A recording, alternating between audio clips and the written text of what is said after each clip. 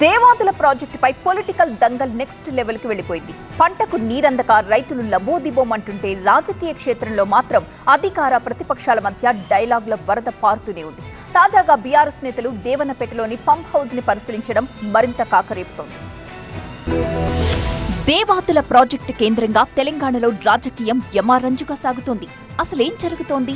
నీటి విడుదల ఆలస్యానికి కారణాలేంటి అని తెలుసుకోవడానికి బీఆర్ఎస్ టీం రంగంలోకి దిగింది. మాజీ మంత్రి ఎర్రబెల్లి దయాకర్, ఎమ్మెల్యే పల్లా రాజేశ్వరరెడ్డితో పాటు పలువురు నేతలు దేవన్నపేటలోని పంప్ హౌస్ ని పరిశీలించారు. ఇంజనీరింగ్ అధికారులతో మాట్లాడి టెక్నికల్ సమస్యలపై ఆరా తీశారు. నీటి విడుదలకు ఇంకెన్ని రోజులు పడుతుందంటూ అధికారుల్ని ప్రశ్నించారు. ఇటు ప్రభుత్వంపైనా విమర్శలు గుప్పించారు. పంటలెండిపోతున్నా నీటిని విడుదల చేయడం లేదంటూ ఆగ్రహం వ్యక్తం చేశారు. కాంగ్రెస్ ప్రభుత్వం వెంటనే స్పందించి నీటిని విడుదల చేసి రైతులను ఆదుకోవాలని డిమాండ్ చేశారు బీఆర్ఎస్ నేతలు దేవాదుల ప్రాజెక్టు బాట పట్టడంపై కాంగ్రెస్ నేతలు కన్నెర్ర చేస్తున్నారు. గత ప్రభుత్వ పాపం వల్లే జనగామ జిల్లా రైతులకు ఇలాంటి దుస్థితి వచ్చింది అంటున్నారు. దేవాదుల ప్రాజెక్టుకు 10 ఏళ్ల పాటు పైసా కూడా ఖర్చు పెట్టని బీఆర్ఎస్ కు అసలు మాట్లాడే అర్హతే లేదంటున్నారు.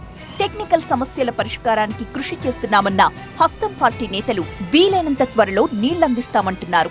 రైతుల బాధలు కాంగ్రెస్ పార్టీకి మాత్రమే తెలుసంటున్నారు. కొంత నీటి కొరత ఉన్నమాట వాస్తవమే.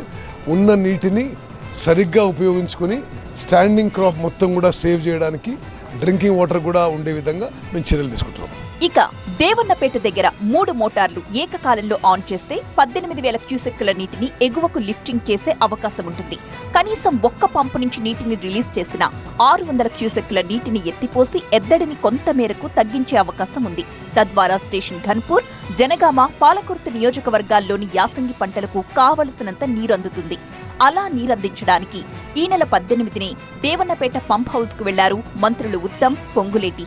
నీటి విడుదలకు పూజలు కూడా చేశారు. కానీ మోటార్ నిర్మాణంలో సాంకేతిక సమస్య తలెత్తడంతో నీటిని విడుదల చేయకుండానే మంత్రులు అక్కడి నుంచి వెనుతిరిగారు. ఇక అప్పట్నుంచి అధికార కాంగ్రెస్, ప్రతిపక్ష బీఆర్ఎస్ల మధ్య మాటల యుద్ధం కొనసాగుతూనే ఉంది.